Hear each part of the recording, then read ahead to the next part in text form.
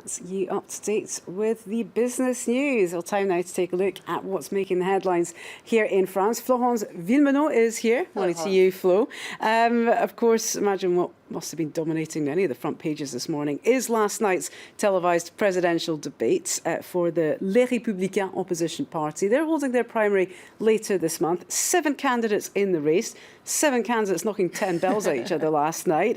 Who won? Well, that is really the million-dollar question this morning, isn't it? Let's take a look at Le Parisien. They want to know who won the rematch. Now, there is a little hint on the front page there. You can see the photos of the 2 front-runners there, Alain Juppé, Nicolas Sarkozy. Now, just like the previous debate, Le Parisien actually graded the 7 candidates according to 5 criteria, the same 5 criteria as last time. So you have precision, style, whether or not they were fair play, the best punchline, and whether they were combative or not. Now, according to their calculations, Alain Juppé, he got a 6.5 out of 10, so that's pretty good. And according to Le Parisien, he was calm and unshakable. Nicolas Sarkozy, meanwhile, they gave him a better grade. He had 7.5 out of 10, and he managed to show off his experience. So you can see all the grades there, ranging from a 4 out of 10 to Nicolas Sarkozy's 7.5 there. Well, the general consensus is that this debate was much more exciting than the first one, which was seen as a bit too nice, wasn't it? That's right. Le Parisien, if we go back to that paper, says the first debate was really too polite. They were too well behaved. The gloves really came off last night. Enfin, finally, there was some fighting. It was punchier. It was meaner. Even though Le Parisien says it was a little bit disappointed because it seems like it was all about attitude, less about ideas. Now, the right-wing paper Le Figaro agrees that the tension really went up a notch last night. Now, what's interesting is everyone was expecting a duel or a showdown between Alain Juppé and Nicolas Sarkozy. According to Le Figaro, that never happened. Why is that? Well, it's because the outsiders didn't let themselves get walked on. They had their word to say as well. And so you can see it says that it was a general confrontation on that stage last night. Okay, let's move on to another story now that's getting a lot of attention here in France. The Greater Paris region seeking to attract foreign companies, particularly banks and investors, who are said to be fleeing post-Brexit Britain. That's right. That's what you can read about in the pro-business paper L'Opinion, which says that 4 months after the referendum, France is finally showing its response. L'Opinion is talking about the Île-de-France, so that's the greater Paris region with Paris at its center. Well, it rolled out, you can see here, not the red carpet, but the red, white, and blue carpet, the colors of the French flag, of course. Now, yesterday, authorities launched what they called a guichet unique, a single counter. The whole aim of this is to simplify the administrative process to essentially set up a business in the greater Paris region, because if you might be aware, it's pretty complicated to set up a business here in France. This photo you can see was that ceremony yesterday where they launched this new guichet unique, and it's an interesting photo because it's a real show of political unity here. For instance, right in the middle there you have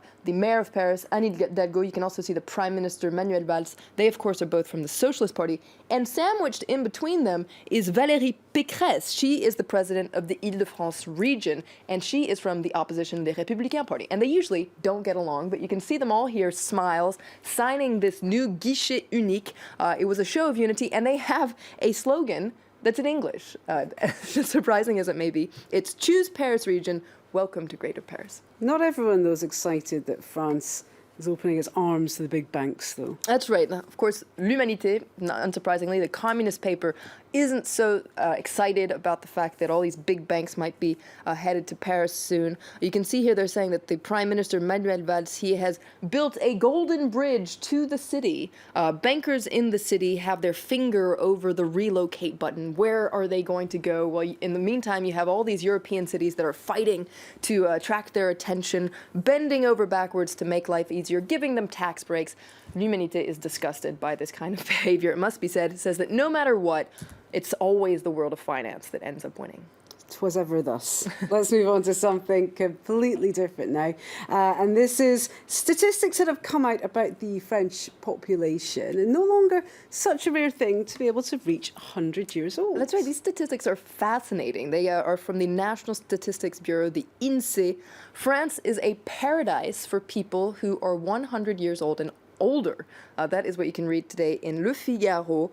There are, get ready for it, 21,000 French people over the years of 100. 84% of them are women. That's great news for us. That is 20 times more than in 1970, and this is a trend that is going to continue. In fact, you can read more about that in Les Échos, that says that by 2070, France will be a lot older and a lot more crowded.